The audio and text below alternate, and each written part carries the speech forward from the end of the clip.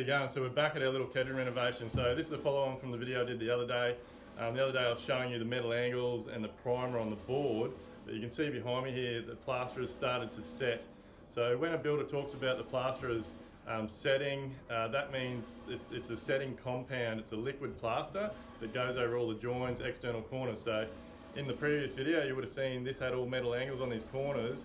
Now you can see they've been through, they've done their first and in a few places a second coat, and it's starting to look like a house now, like an actual wall, a finished wall with nice square corners, and you're not seeing all the raw edge of the board. So come through here, this is the other area I was showing you the other day, so you can still see a bit of primer on the old board, but you can see where they've got their first coat on around their angles, and they've started to cover that up. So what happens is, if you look down here, you'll see, so on each end of the plasterboard, the boards have a rebate in them, and that's why it's really dark and wet there in the middle. So they actually put a fine paper tape in that rebate and push that in.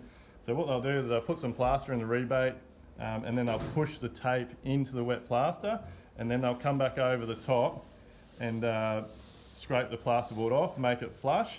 And so that's basically your first coat, and then each coat is going to get wider. So the next coat will go from here up to here, and then generally they'll finish with around a 300 wide blade, and that's why you get your really big white lines on the insides of your houses when the plasterer is doing his final coat.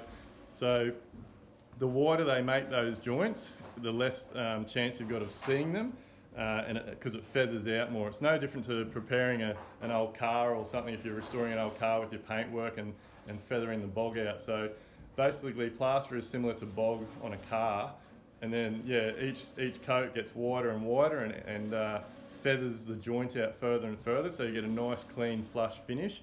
And then obviously that gets left sit for a day or two, and then the plasterer comes back in and sands all those surfaces. So all the internal, external corners, all the joints on the wall, the plasterer goes through and sands them and finishes them up. But yeah, just so you can see a bit more. But basically, if you're building a new home and you're wondering what all those white lines are on your walls, that's the plasterer coming through and setting everything, so you get a nice square edges, nice flat walls, and that's basically the final thing. The next thing that will happen after this on this project, or all projects, the carpenters will come in next week and start doing the internal fit out. So I'll give you a bit more information, updates on that. Cheers guys.